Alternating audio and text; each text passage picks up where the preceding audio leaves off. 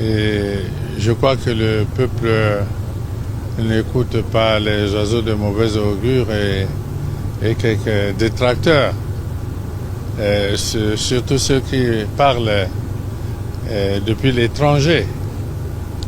Parce que la réalité est ici et le peuple vit cette réalité au quotidien. Au cœur du débat public, une question aussi simple que vitale. Comment éclairer le pays? Parlons énergie au sens propre du terme. D'un côté, le président Sassou qui sillonne le pays pour, dit-il, passer des promesses à l'action. De l'autre, une opposition et une presse en ligne souvent animée par la diaspora qui dénonce des projets jugés insuffisants, voire symboliques. La controverse s'est enflammée autour des récents projets électriques. Le président a répondu directement sur les réseaux sociaux, adoptant le style de ses détracteurs. Il a qualifié ses critiques d'oiseaux de mauvais augure, les invitant à venir constater les faits sur le terrain et à le juger sur ses actes. Alors, prenons-le au mot. Faisons une petite vérification de la réalité sur pièce. De quoi parle-t-on exactement? Le projet phare qui a déclenché cette tempête médiatique est l'installation d'une unité d'environ 30 kVA ou kVA. Cette installation est destinée à desservir une série de localités, Kinkala, Luingi, Boko, Lumo et Gomatsetse. Techniquement, la ligne est alimentée par la centrale thermique de Kinkala avec un raccordement prévu à terme au réseau haute tension de Mindouli. En ligne, les critiques, notamment issus de la diaspora et de l'opposition politique, qualifient ce projet de minuscule et purement symbolique. Alors, est-ce le cas? Pour le savoir, il faut comprendre ce que représentent ces chiffres. D'abord, un peu de technique. Le kVA, ou kilovoltampère, mesure la puissance apparente d'un système électrique. Pensez-y comme la capacité totale disponible. 1000 kVA équivalent à 1 MVA ou mégavoltampère. C'est une question d'échelle.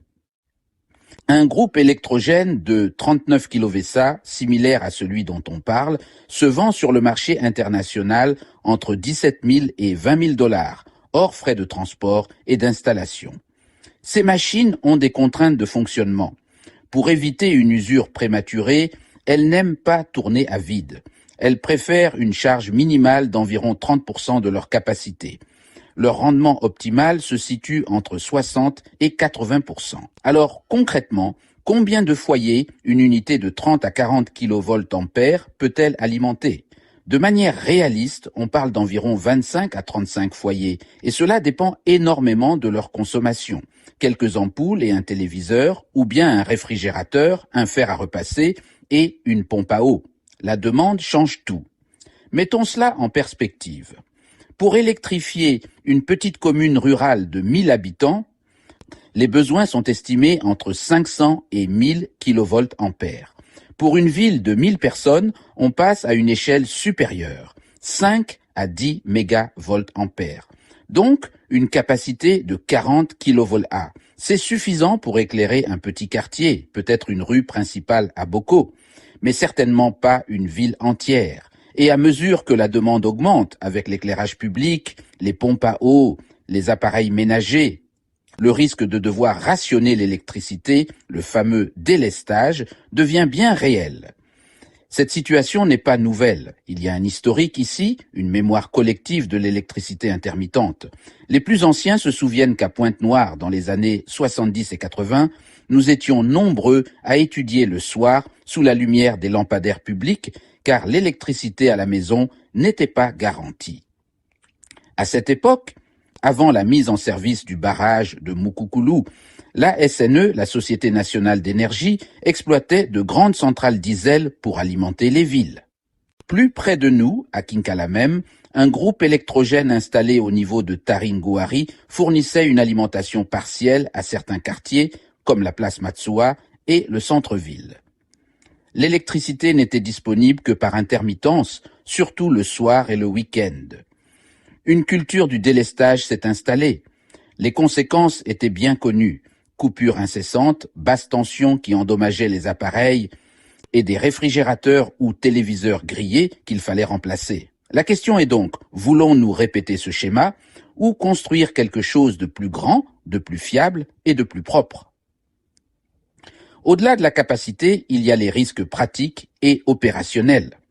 Le principal étant l'approvisionnement en diesel. Les grandes villes comme Pointe-Noire, Brazzaville, Dolisie ou Nkayi connaissent déjà des difficultés logistiques pour assurer un approvisionnement constant en carburant. On se souvient des pannes à Ouesso, où la ville a été plongée dans le noir simplement parce que le diesel n'avait pas été livré à temps. La question se pose donc, la logistique pour un village comme Boko sera-t-elle différente et plus efficace? Existe-t-il une chaîne d'approvisionnement et de stockage en amont pour éviter les ruptures de stock?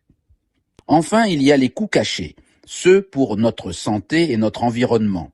Les gaz d'échappement des génératrices ne sont pas inoffensifs, ils libèrent des oxydes d'azote, les NOx et des particules fines. Ces polluants sont directement liés à une augmentation des problèmes respiratoires et cardiovasculaires.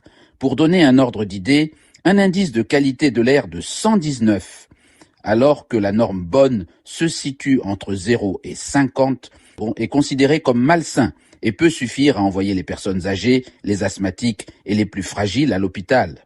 Ce recours au diesel semble en contradiction avec les intentions affichées du Congo en matière de lutte contre la pollution. Pendant ce temps, des solutions à long terme, plus propres et plus durables, attendent. Le potentiel est immense. On parle depuis des décennies du barrage de Sou-Nda, un projet titanesque qui pourrait transformer le paysage énergétique du pays.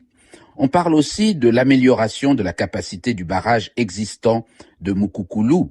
Et il y a les énergies renouvelables modernes, le solaire avec des projets comme celui de Makua et l'éolien.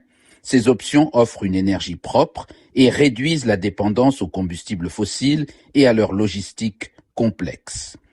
L'avantage d'un réseau national interconnecté, alimenté par ses sources diverses, est de garantir la stabilité, de permettre le développement économique et d'offrir une qualité de service que des solutions isolées et temporaires ne peuvent égaler. Alors, pour en revenir à notre question de départ, ces génératrices apportent sans aucun doute un soulagement immédiat et bienvenu pour des populations qui vivent dans le noir depuis trop longtemps. Personne ne peut le nier. Mais les questions de fond demeurent. Pour combien de temps cette solution fonctionnera-t-elle? Et surtout, avec quelle qualité de service? Les critiques, loin d'être de simples oiseaux de mauvais augure, visent peut-être à pousser les décideurs à viser plus haut, à exiger mieux. Au final, le véritable jugement se fera sur pièce, sur la durée. Proposer, c'est bien. Réaliser, c'est mieux. Montrer des résultats tangibles et durables, c'est ce que tout le monde attend. Après tout, aucune œuvre humaine n'est parfaite, mais l'ambition, elle, doit être à la hauteur des enjeux. Ajoutons que cette volonté d'électrifier le pays est appuyée par un financement de la Banque mondiale. C'était écho du net congolais.